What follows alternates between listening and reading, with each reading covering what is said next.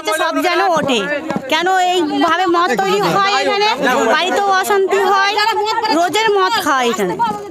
বলছি এখানে কি দীর্ঘদিন যাবত মদ হচ্ছে? হ্যাঁ। মদ খাচ্ছে, আজ আমরা ঘরে দুটো পয়সা রাখতে পারছি না, আমরা কি কষ্টে সংসার চালাচ্ছি। ওনারা মদ বিক্রি করছে, ওরা সুখে সংসার করছে, আজ লোন নিচ্ছে, আজ মদের ব্যবসা ঘর বাড়ি করছে, আমাদের ঘর বাড়ি ভেঙে পড়ে আছে। বেআইনি চোলাই মদ তৈরির কারখানার চেম্বারের মধ্যে পড়ে গিয়ে মৃত্যু হলো একজনের।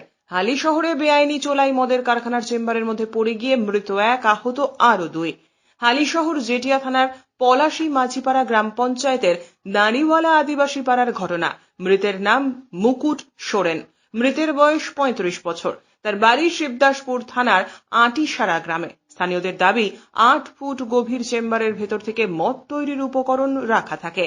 রবিবার রাতে ওই চেম্বারের মধ্যে মই লাগিয়ে উপকরণ বের করা হচ্ছিল। চেম্বারের মধ্যে সৃষ্টি হওয়া বিষাক্ত গ্যাসের কবলে একজনের মৃত্যু হয়েছে। বাকি দুজন কল্যাণী JNM হাসপাতালে চিকিৎসাধীন, যদিও ক্যামেরার সামনে তারা মুখ খুলতে নারাজ। ঘটনায় ক্ষুব্ধ বাসিন্দারা চোলাই মদের কারখানা উচ্ছেদের দাবিতে সরব হয়েছেন। এসে শুনলাম যে একজনে মরে গেছে, আমরা সেই ভয়তে আসলাম যে আমার ছেলেপিলে দেখি, আমার ছেলেরাও তো এইসব খায়, দুই একদিন খায়, বলা যায় না, সেই উদ্দেশ্যে আমরা আসলাম। বলে একজন মরে গেছে আর দুজন নাকি ভর্তি আছে। বলছি এখানে দীর্ঘদিন যাবত কি মদ? হ্যাঁ, দীর্ঘদিন হয়, দীর্ঘদিন হয়। এই আদিবাসী পাড়ায় দীর্ঘদিন মদ বিক্রি করে। তৈরি কারা করে? ওরাই করে, যত আদিবাসী আছে। ওর নামটা আমি জানি না তো। আমরা তো এখানকার এখানে নতুন এসেছি, আমরা তো সবার নামটা তো জানি না। ওই নামটা বলবে, আমরা চাইছি মদটা তুলে দে, তুলে দিন। আমরা ছেলেগুলো ভালো চাই, মদটা যেন আমাদের তুলে দেখ, আমরা এটাই চাইছি। সব খেটে খাওয়া মানুষ, দিনমজুর খেটে খায়। এই এলাকায় দীর্ঘদিন ধরেই এই চোলাই মদের ঠেকটা চলে। পুলিশের কাছে বা এখানকার যে শাসক দল আছে TMCর কাছেও এখানকার মানুষ বারবার আবেদন করেছে যেখান থেকে এই ভাটিটা তোলার জন্যে, কিন্তু এখানে পুলিশের মদত আছে। যেহেতু পুলিশ নাকি প্রত্যেক সপ্তাহে আসে, সপ্তাহ নিয়ে যায়, তারা যে তোলে তৃণমূলও তোলে। পুলিশ তো তৃণমূলের দলদাস। আপনারা জানেন দীর্ঘদিন ধরেই এখানে যখন গ্রামের মানুষরা বলছে, তারা যখন এটা করছে না, এখানকার মেম্বারও করছে না, পুলিশও করছে না। পুলিশ এখানে জেঠিয়া থানার প্রদীপবাবু এখানে সবই জানে।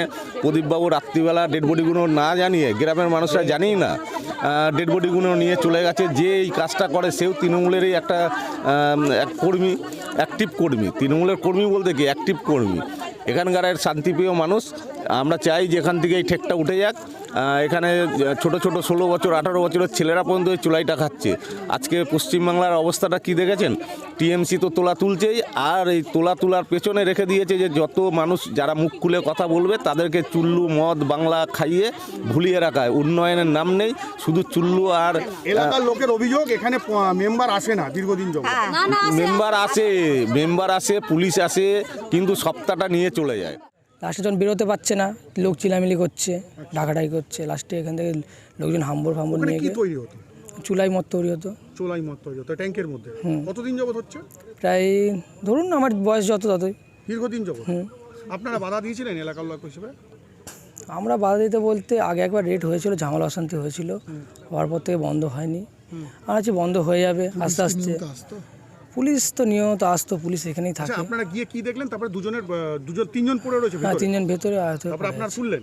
হ্যাঁ, তুলে তারপরে কি হলো? তারপরে পুলিশ ভ্যান এসেছিল, নিয়ে গেল হসপিটালে। নিয়ে গিয়ে সকালে শুনছি একজন মারা গিয়েছে, 2 জন আহত আছে। হালিশহর থেকে হিমাদ্রি শেখর ভট্টের প্রতিবেদন, চ্যানেল 24/7।